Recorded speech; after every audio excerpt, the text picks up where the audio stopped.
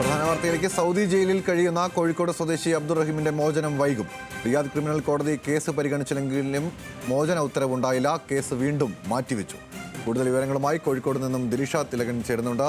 ദിലിഷ, പ്രതീക്ഷയോടെ കാത്തിരിക്കുകയായിരുന്നു കുടുംബം. വീണ്ടും മാറ്റിവെച്ചിരിക്കുകയാണ് കേസ്. വിശദാംശങ്ങൾ എന്താണ്?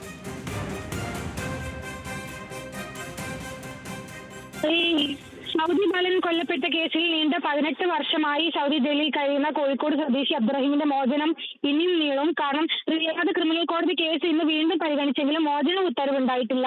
ഈ കേസ് വീണ്ടും മാറ്റിവെക്കുകയായിരുന്നു. സൂക്ഷ്മ പരിശോധനയ്ക്കും കൂടുതൽ പഠനത്തിനും സമയം ആവശ്യമാണ് എന്നാണ് കോടതി അറിയിച്ചിരിക്കുന്നത്.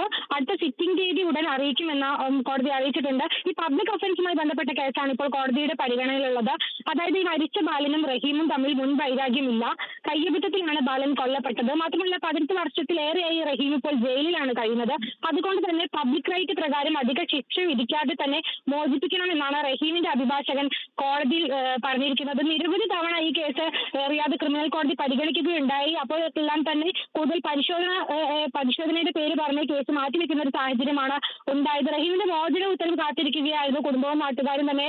വളരെ നിരാശപ്പെടുത്തുന്ന ഒരു ഉത്തരവാണ് ഇപ്പോൾ കോടതിയുടെ ഭാഗത്തു നിന്ന് ഉണ്ടായിരിക്കുന്നത്. 2006 അബ്ദുറഹീം സൗദിയിൽ എത്തിയത്. ഒരു മാസം തികയും മുമ്പ് തന്നെ, അതായത് ഡിസംബർ 26 റഹീമിന്റെ സ്പോൺസറുടെ 15 വയസ്സുകാരനായ മകൻ മരിച്ച കേസിലാണ് റഹീം ജയിലിൽ അടയ്ക്കപ്പെട്ടത്. ഈ ജൂലൈ 2 വധശിക്ഷ റദ്ദാക്കിയെങ്കിലും ഈ പബ്ലിക് ഒഫൻസുമായി ബന്ധപ്പെട്ട കേസിൽ ഇപ്പോഴും തീർപ്പാക്കാത്തതിനാലാണ് ഈ ജയിൽ മോചനം നീളുന്നത്. അതേസമയം സമാനതകളില്ലാത്തൊരു ഫണ്ട് ശേഖരണമെല്ലാം റഹീം നിയമസഹായ സമിതിയുടെ നേതൃത്വത്തിലെല്ലാം തന്നെ നമ്മൾ കണ്ടതാണ്.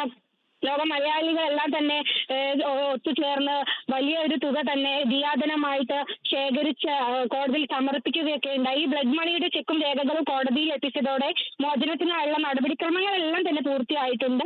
എന്നാൽ കൂടുതൽ പരിശോധനയും കൂടുതൽ ഈ കേസ് പഠിക്കേണ്ടതുണ്ട് എന്നാണ് കോടതി അറിയിച്ചിരിക്കുന്നത്. ദിലിഷയാണ് കോഴിക്കോട് നിന്നും വിവരങ്ങൾ നൽകിയത്. അബ്ദുറഹീമിന്റെ മോചനം ഇനിയും വൈകും.